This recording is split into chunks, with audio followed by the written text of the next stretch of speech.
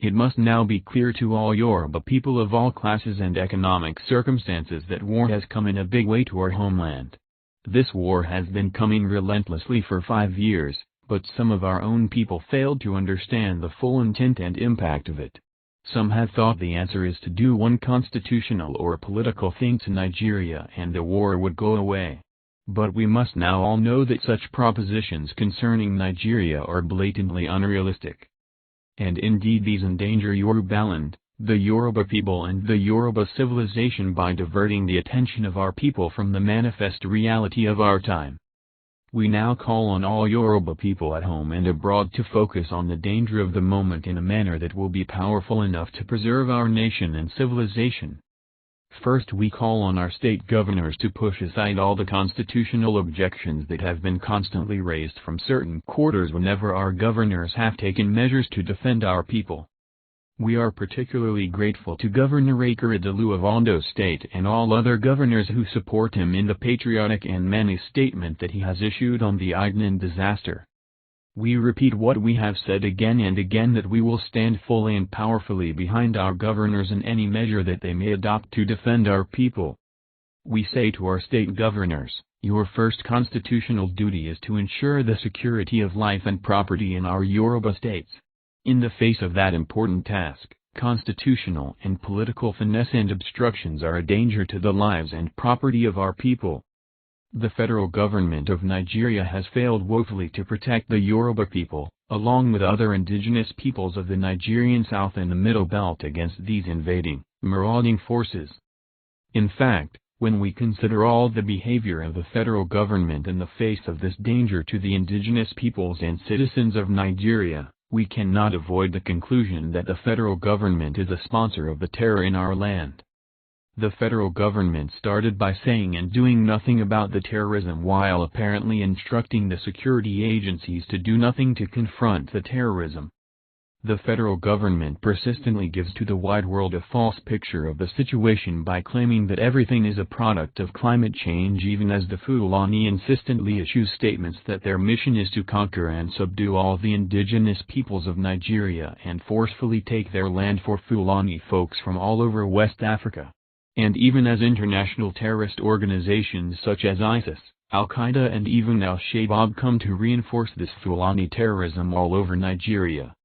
While allowing the Fulani to move freely and to import various categories of weapons into Nigeria, the federal government prohibited the possession of any kind of firearms by any indigenous citizens of Nigeria, sending the police and army to seize such privately owned weapons, including those for which these citizens had earlier been licensed for hunting and sports. In the light of all the foregoing, we call on all our governors to stop letting objections by federal officials to obstruct the defense of our peoples. We call on all Yoruba people to rise up as one to defeat this danger. We Yoruba have a proud history that we have never been conquered. Let us not succumb to conquest now. Let us thank the countless young people of our land who have been standing up against the invasion of our land. But let us now rise to do more than merely thanking them, and rise to give them all the support they need to clear our land of all terrorists of all kinds.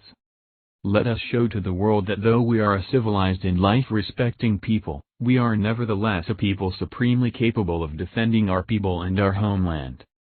The persistent Ilana Oodua calls to arms of all Yoruba people on their farms, hamlets, villages, towns, cities and other communities must now be urgently activated with communal self-defense systems, around their abodes and places of work. You must urgently install early warning alarms, human, manual, scientific or spiritual. Also the traditional and high-tech defensive mechanisms must come into place.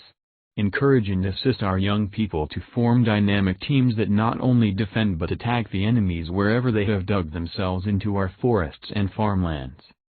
Arm yourselves with whatever you can lay your hands upon, create or develop as individuals, and as communities to confront the enemy. Ensure they no longer succeed in their mission anywhere in Yorubaland.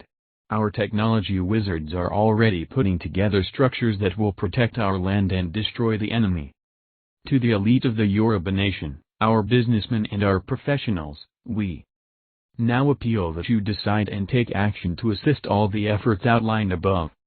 We remember with gratitude that when the COVID-19 crisis loomed all over the world in 2020, our businessmen quickly put together a fund amounting to billions of naira to help fight the dreaded virus. We call on you now to do the same, to set up a large fund for the defense of our homeland and help with your expertise to set up the disbursement, management and auditing of the funds. The important goal must be that the funds be made to reach as quickly and adequately as possible all defensive and offensive groups and teams that demonstrate capabilities to produce quick and abiding results. We are Yoruba and we will prevail in this crisis. And then we will go forth and manage our own sovereign Oodua nation to the admiration of all mankind, a land of security, opportunity and confident hope and prosperity for all our people and all peaceful and enterprising foreigners who come to our land.